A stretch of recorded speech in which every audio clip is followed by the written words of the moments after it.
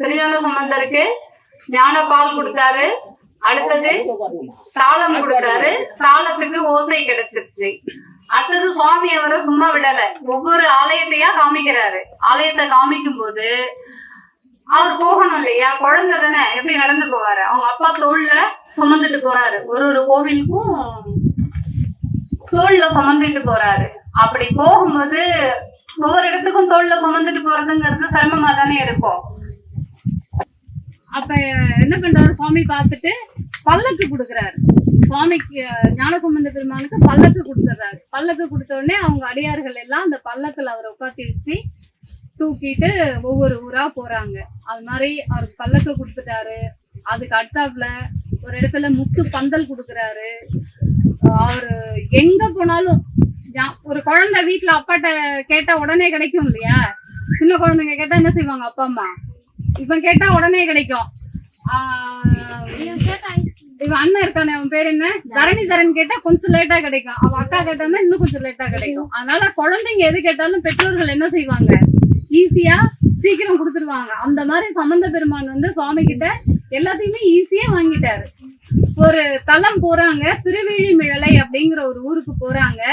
அங்க போகும்போது அப்பர் பெருமான், யாரு, நாவுக்கரசர் பெருமானும் அங்க வந்திருக்காரு, சம்பந்த பெருமானும் அந்த ஊருக்கு வந்திருக்காரு. அந்த ஊருக்கு போகும்போது அந்த ஊர் மிகப்பெரிய ஒரு பஞ்சத்துல இருக்கு. அந்த ஊர் வந்து மிகப்பெரிய ஒரு பஞ்சத்துல இருக்கு. அங்க இருக்கக்கூடிய மக்கள் எல்லாம் உணவு இல்லாம ரொம்ப கஷ்டப்பட்டுட்டு இருக்காங்க. அதை பார்க்கும்போது இவர் என்ன பண்றாரு, சுவாமி கிட்ட பதிகம் பாடி கேட்கிறாரு, என்னோட இந்த ஊர் மக்கள் எல்லாம் பசியாலையும் வறுமையிலையும் துன்பத்துல இருக்காங்களே, இவங்களோட பசி பிணியெல்லாம் நான் போக்கணும். அதுக்கு எனக்கு காசு இல்ல, காசு வேணும். அவங்களுக்கு உணவளிக்கணும்னா நமக்கு முதல்ல என்ன வேணும், பொருள் எல்லாம் வாங்குறதுக்கு பணம் வேணும். அந்த பணம் வேணும் அப்படின்னு சொல்லி சுவாமி கிட்ட இவரும் முறையிடுறாரு, வேண்டுதல் பண்றாரு. அப்பர் பெருமானும் அங்க சுவாமி கிட்ட இதே விண்ணப்பத்தை வைக்கிறாரு, முறையிடுறாரு. சுவாமி என்ன பண்றாரு, 2 பேருக்குமே பொற்காப்பு கொடுக்குறாரு. 2 பேருக்கும் பொற்காப்பு கொடுத்த உடனே இப்ப மார்க்கெட்ல எடுத்துட்டு போய் அப்பர் பெருமான் வாங்கும் போது அதுக்கு ஒரு வேல்யூ கொடுக்குறாங்க. சம்பந்த பெருமான் எடுத்துட்டு போகும்போது அவர் கொண்டு போற காசுக்கு கொஞ்சம் குறையுது வேல்யூ. அந்த மதிப்பு குறையும் போது இவர் வந்து விடல, மாமி கிட்ட வந்து என்ன கேட்கிறாரு, திரும்பவும் நானும் பதிகம் பாடினேன், அப்பர் பெருமானும் பதிகம் பாடினாரு, 2 பேருக்கும் நீங்க வந்து படிக்காசு கொடுத்தீங்க. இந்த 2 பேர் கொடுத்த காசையும் அங்க வந்து வணிகர்கள் கிட்ட எடுத்துட்டு போனா அவருக்கு கூடுதல் மதிப்பு இருக்கு, எனக்கு குறைவா இருக்கே, ஏன்னு வந்து சுவாமி கிட்ட உரிமையோட கேட்கிறாரு. அதுக்கு சுவாமி சொன்ன பதில் காரணம் என்ன தெரியுமா, என்னவா இருக்கும், என்னவா இருந்திருக்கும்? 2 பேருமே பதிகம் தான் பாடினாங்க, நல்லா பாடினாங்கன்னு இல்ல, பதிகம் 2 பேருமே தான் பாடினாங்க. அதுல மாற்று கருத்தே இல்ல, அதுல சந்தேகமே கிடையாது. சுவாமிக்கு அதுல திருப்தி தான். ஆனா ஏன் அப்பர் பெருமானுக்கு கொடுத்த பொற்காப்புக்கு மட்டும் கொஞ்சம் மதிப்பு கூடுதலா இருக்கு அப்படின்னு சொன்னா, அப்பர் பெருமான் உழவாரம் செய்து கொண்டே பதிகம் பாடினார். சம்பந்த பெருமான் என்ன பண்ணாரு, வெறும் பதிகம் மட்டும்தான் பாடினாரு. அப்ப உழவாரம் செஞ்சுக்கிட்டே, உழவாரம் செய்யறதுக்கு எவ்வளவு வேல்யூ இருக்கு, எவ்வளவு மதிப்பு இருக்கு அப்படிங்கறத நீங்க தெரிஞ்சுக்கணும். அப்ப அந்த உழவாரம் செய்துட்டு ஒரு பதிகம் பாடி கேட்கும்போது சுவாமி என்ன பண்றாரு, ஒரு படி மேலதான் கொடுக்குறாரு அவருக்கு. இவர் வெறும் பதிகம் பாடினால இவருக்கு கொடுத்ததுல ஒரு கொஞ்சம் குறைவான மதிப்பு இருக்கு.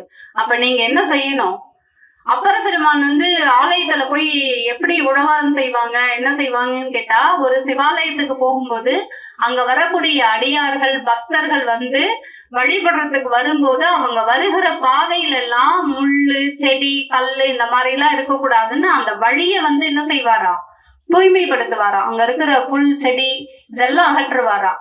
ஆனா நம்ம என்ன பண்ணிருக்கோம், இந்த ரோட்ல இன்னைக்கு எப்படி இருக்கு, நான் வர்றதுக்கு முன்னாடி நீங்க எல்லாரும் இங்க வெயிட் பண்ணிட்டு தான் இருந்தீங்க, என்ன செஞ்சிருக்கலாம், பெருக்கி இருக்கலாம் இல்லையா? இப்ப வந்து இந்த உழவாரம் பத்தி நான் ஏற்கனவே உங்களுக்கு எல்லாம் கொஞ்சம் கொஞ்சம் சொல்லி இருக்கேன். இருந்தாலும் குழந்தைங்க தான், இப்ப இந்த கதையில நீங்க புரிஞ்சுக்கணும், இது வந்து வெறும் கதை இல்ல, அப்பர் பெருமானுக்கும் ஞானசம்பந்த பெருமானுக்கும் இறைவன் நடத்தின நிகழ்வு தான் இது. அப்பர் பெருமான் வந்து உழவாரம் செய்துட்டு பதிகம் பாடினதுனால அவருக்கு கொடுத்த காசோட மதிப்பு கூடுதல். சம்பந்த பெருமான் வெறும் பதிகம் மட்டும் பாடினாரு, அவருக்கு கொஞ்சோண்டு குறைவாயிடுச்சு. அதனால நஷ்டம் ஒண்ணும் இல்ல, மக்களுக்கு பஞ்சம் தீர்ந்தது. நீங்க உழவாரம் செய்து பதிகம் பாடினா அப்ப உங்களுக்கு கிடைக்கக்கூடிய விஷயங்கள் எப்படி இருக்கும்னு நீங்க தான் புரிஞ்சுக்கணும் அதை. சரியா? இன்னைக்கு இந்த கதை இதோட போதும். இதுக்கப்புறம் இன்னும் நிறைய நிகழ்வுகள் இருக்கு. அப்பர் பெருமானுக்கு இருக்கு, சம்பந்தருக்கு இருக்கு. சம்பந்தருக்கு இன்னும் என்னெல்லாம் கிடைச்சது, அவரால என்னென்னலாம் அற்புதங்கள் நடந்தது மக்களுக்கு அப்படிங்கறதெல்லாம் அடுத்த வகுப்புல. இப்ப நம்ம பதிகத்துக்கு போவோம். இது எடுத்துக்கோங்கம்மா. விநாயகர்